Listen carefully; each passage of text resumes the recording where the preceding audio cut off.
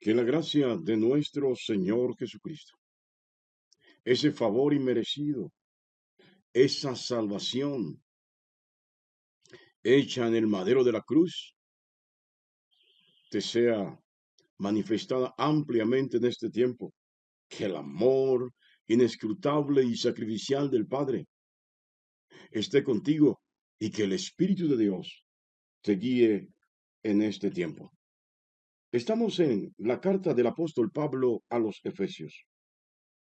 En el capítulo 3. Vamos a leer a partir del versículo 8. La palabra de Dios dice así: A mí, que soy menos que el más pequeño de todos los santos, me fue dada esta gracia de anunciar entre los gentiles el evangelio de las inescrutables riquezas de Cristo y de aclarar a todos cuál sea la dispensación del misterio escondido desde los siglos en Dios, que creó todas las cosas, para que la multiforme sabiduría de Dios sea ahora dada a conocer por medio de la Iglesia a los principados y potestades en los lugares celestiales, conforme al propósito eterno que hizo en Cristo Jesús nuestro Señor, en quien tenemos seguridad y acceso seguridad y acceso con confianza por medio de la fe en Él, por lo cual pido que no desmayéis a causa de mis tribulaciones por vosotros, las cuales son vuestra gloria. Que Dios bendiga su santa y preciosa palabra. En el último versículo leído, Pablo invita a la iglesia de Éfeso a no entristecerse. Igual, este no entristecerse también es no llenarse de pánico, de miedos, por lo que está pasando con Pablo. Sí, si eso hacen con el líder, si eso hacen con el maestro, si eso hacen con el ayo, ¿qué no harán con nosotros? Se podría pensar de manera particular, y esta fue la inferencia a la cual apelaron los santos apóstoles de Jesús cuando Jesús fue tomado preso, dando cumplimiento a una palabra profética. Heriré al pastor y se dispersarán todos mis rebaños. Esto sucedió realmente. Pero más allá de cualquier cosa, Pablo en el versículo 8 empieza eh, mostrando su carácter como servidor de Cristo. No solamente es prisionero por causa de Jesús, ahora se muestra como el siervo, ahora se muestra como el esclavo. Lo dice de esta manera: soy el más pequeño. Esto es, soy el más insignificante, soy el que no es digno, el que no se merece esta gran dignidad. No soy tan representativo. Sabe, yo estoy sorprendido con el ministerio de Pablo, y en Cristo Jesús es el ministerio afines al mío. Trato de imitarlo en muchas cosas. Y esto es tremendo, porque hoy muchos buscan reconocimientos, aún compran títulos con tal de figurar, con el propósito no solamente de que se les tribute, sino que también se les reconozca como tales.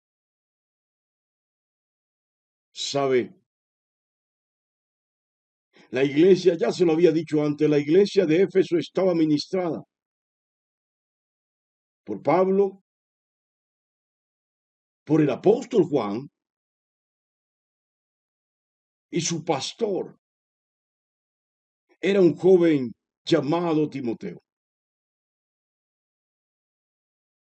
Qué ejemplaridad en estos tres, ¿no? Pero ¿por qué le digo esto? Porque siendo que Juan había sido de una u otra manera el apóstol representativo en toda esta región en Cristo Jesús.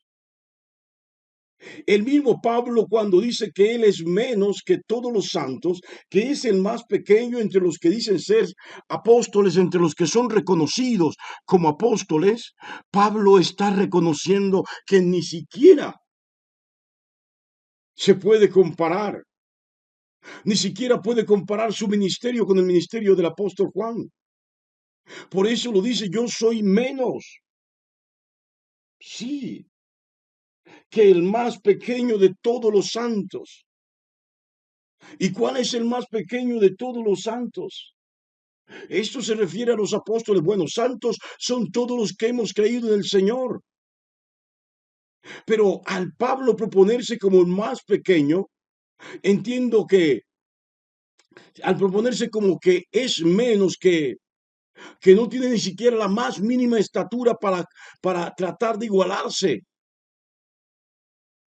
con aquel que es el más bajo entre los discípulos, entre los apóstoles de Jesús. Pablo está presentando una analogía entre él y el apóstol Juan, que en cuanto a edad era el más pequeño de todos los apóstoles. Era el menor de todos ellos. Sí, mire, mientras muchos andan buscando que se les tribute, que se les rinda honores, gloria, muchos andan buscando privilegios porque son los apóstoles, porque son los salmistas, porque son los profetas, porque son los pastores, porque son los evangelistas. Pablo dice, yo no soy nada. Sabe, a veces Pablo parece sentarse en medio de los barrotes de su prisión a pensar, bueno, ¿y por qué me escogió Dios a mí? ¿Qué fue lo que Dios vio en mí? Es la misma pregunta que muchas veces me hago. Y para serle sincero, no hay respuesta. Lo único que puedo decir es que Dios tuvo misericordia y que soy lo que soy por su voluntad. Y esto mismo es lo que Pablo está advirtiendo en esta palabra. No tengo que comprender el llamado del Señor. Sin duda es inequívoco. Él no se equivocó cuando te escogió, cuando te llamó. No, tal vez humanamente no tengas mérito y delante de Dios mucho menos. Pero por su misericordia, dice Pablo, por su gracia, tiene el privilegio de llevar este mensaje, de llevar el mensaje del Evangelio, de mostrar la grandeza, la sobreabundante riqueza del Evangelio. ¿Sabe? El Evangelio es rico. No en la perspectiva que la gente suele pensar y anhelar la riqueza. El Evangelio tiene todo, todo en abundancia. Todo lo que tiene en abundancia es lo que el mundo, la tierra, el universo entero no te puede ofrecer. Jesús vino. El Evangelio de Jesús, el Evangelio que Él nos trajo en su venida, nos da lo que el mundo no puede darnos, lo que ningún poder humano puede concedernos. Nos da libertad, nos garantiza resucitar en la primera resurrección. Esto es en la resurrección de aquellos que son salvos. Nos garantiza vida eterna. Nos garantiza volver al huerto del Edén y volver en amistad con Dios. Óigalo bien. Nos garantiza que seremos guardados y protegidos del día de la ira de Yahvé, del día de la ira de Jehová, del día de la ira de Jesús. Nos garantiza que estaremos para siempre con Él. No sé si está captando la idea. Y entonces Pablo reconoce que siendo indigno, Dios le ha permitido llevar este mensaje. ¿Sabe? Alguien me dijo, cuando yo cambie me convierto al Evangelio. Bueno, entonces nunca vas a cambiar. Porque el que nos transforma es el Espíritu Santo a través del Evangelio. Sí, por eso Jesús lo dice, el que naciere del agua y del Espíritu. Óigalo bien. Sí, muchos quieren primero perfeccionarse para llegar a Cristo, entonces invalidarían la obra de Cristo si llegasen a ser perfectos. Esto es imposible sin lugar a dudas. Óigalo bien. Pablo dice, no soy perfecto, pero Dios viendo, reconociendo mi fragilidad, mi debilidad, reconociendo, por así decirlo, mi pequeña estatura, no que Pablo fuera bajito de estatura, no, reconociendo que no tengo la capacidad, la intelectualidad, no tengo nada de eso como los santos, los grandes maestros de la Torá, como los rabinos, como el sumo sacerdote. A Dios le ha placido revelarme a mí lo que no le ha revelado a otros. Soy ministro, dice Pablo. Y insisto, la palabra ministro quiere decir servidor. Así que puedes pensar en las múltiples limitaciones. Puedes pensar que no eres digno. Puedes pensar que no eres capaz de llevar el mensaje de Jesús, que no eres la persona apropiada para predicar acerca de Jesús, para hablar acerca de Jesús. De hecho, pueden hasta cuestionarte. Porque te cuento, cuando Pablo empezó a predicar a Jesús, los mismos cristianos no le creían por lo que él era antes. Sí, muchos esperan ver una verdadera conversión, muchos esperan a futuro observar tu comportamiento, a ver si realmente en lo que estás enseñando hay coherencia con tu vida, si realmente puedes testificar que el Evangelio de Cristo te ha transformado para poder predicar a otros. No sé si estás captando la idea en esta mañana, pero hay muchas cosas que el mundo no entiende, que el mundo no comprende.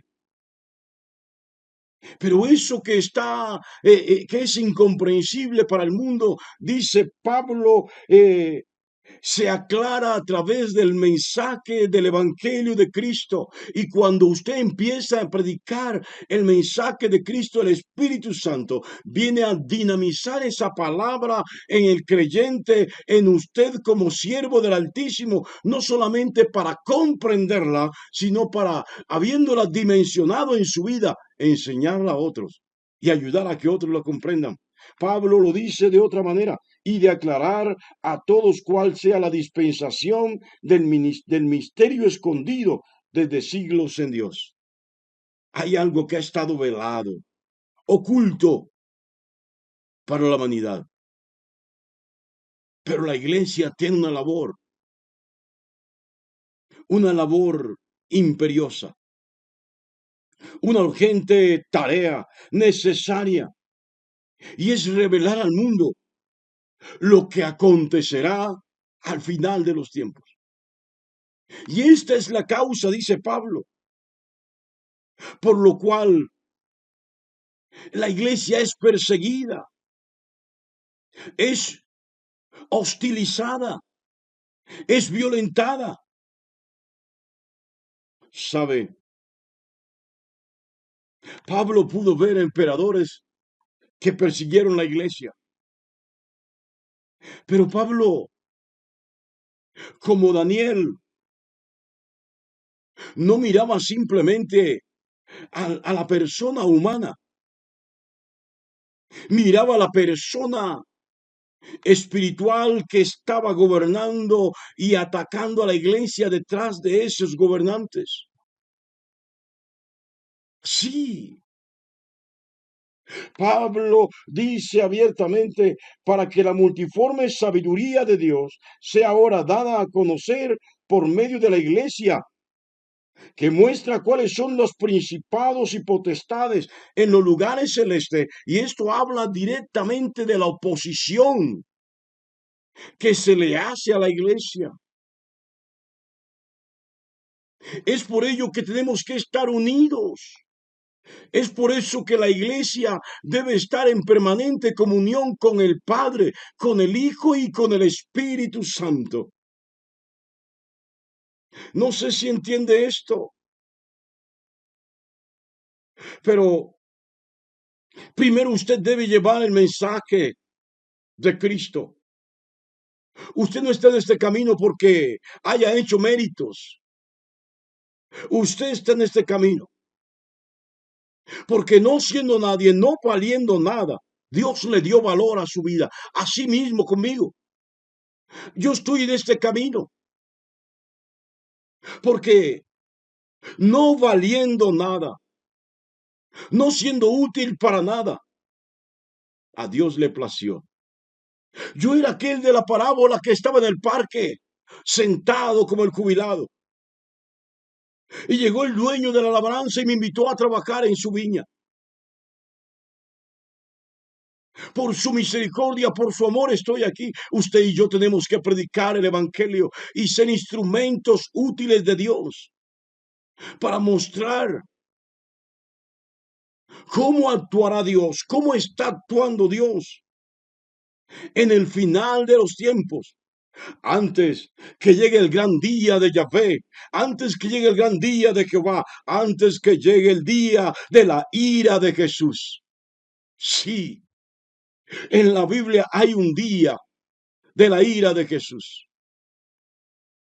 Así de sencillo. Entonces, mis amados, finalmente la palabra nos dice que Dios tiene un propósito con la iglesia y con cada individuo. Dice, conforme al propósito eterno que hizo en Cristo Jesús nuestro Señor, en quien tenemos seguridad y acceso con confianza por medio de la fe en Él. Óigalo bien, es una invitación no solamente a ver el propósito eterno de Dios para con el planeta, sino con el propósito eterno de Dios para con la iglesia y con cada miembro de la iglesia.